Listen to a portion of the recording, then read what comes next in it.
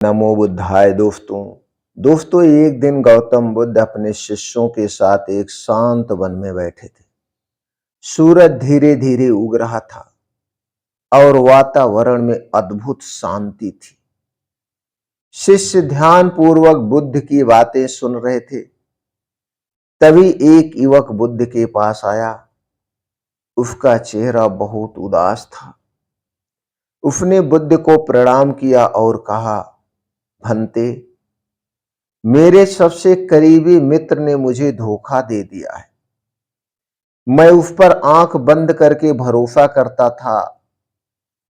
बुद्ध ने शांत स्वर में पूछा, क्या तुम्हें पहले कोई संकेत दिखाई दिए थे?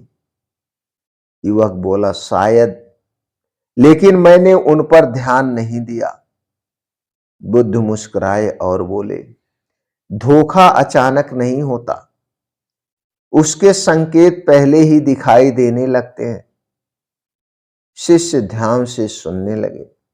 भगवान बुद्ध ने कहा, ये 4 संकेत होते हैं।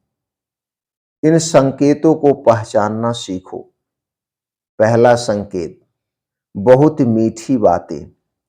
भगवान बुद्ध बोले, जो व्यक्ति हमेशा बहुत मीठा और बहुत मीठी बातें करता है वह हमेशा सच्चा नहीं होता है, क्योंकि कई बार लोग मीठे शब्दों का उपयोग सिर्फ अपना स्वार्थ पूरा करने के लिए करते हैं। बुद्ध ने कहा, सच्चा मित्र कम बोलता है लेकिन सच्चाई बोलता है। तो पहला संकेत, जब कोई आपसे मीठी बात करे तो सावधान हो जाइए। दूसरा संकेत, पीठ पीछे बुराई करना। बुद्ध ने कहा, अगर कोई व्यक्ति दूसरों की बुराई तुम्हारे सामने करता है तो एक दिन वह तुम्हारी भी बुराई दूसरों के सामने करेगा। ऐसे व्यक्ति पर कभी भरोसा नहीं करना चाहिए। ऐसा व्यक्ति हमेशा हमेशा दुश्मन से बढ़कर होता है। तीसरा संकेत, मुसीबत में गायब हो जाना। भगवान बुद्ध बोले, सच्चा मित्र वही होता है जो कठिन समय में भी साथ खड़ा रहे, लेकिन जो व्यक्ति सिर्फ अच्छे समय में साथ हो और मुसीबत में गायब हो जाए वह सच्चा मित्र नहीं होता है।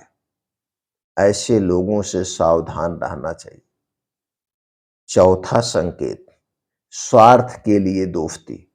बुद्ध ने कहा, कुछ लोग दोस्ती नहीं करते, वह सिर्फ फायदा देखते हैं। जब तक फायदा मिलता है वह साथ रहते हैं, लेकिन जैसे ही उनका काम खत्म होता है वह दूर चले जाते हैं। बुद्ध ने एक उदाहरण के माध्यम से उस व्यक्ति को समझाने का प्रयास किया। बुद्ध ने कहा, एक नगर में विक्रम नाम का एक युवक रहता था। उसका एक मित्र था जिसका नाम था सुरेश। सुरेश हमेशा मीठी बातें करता था।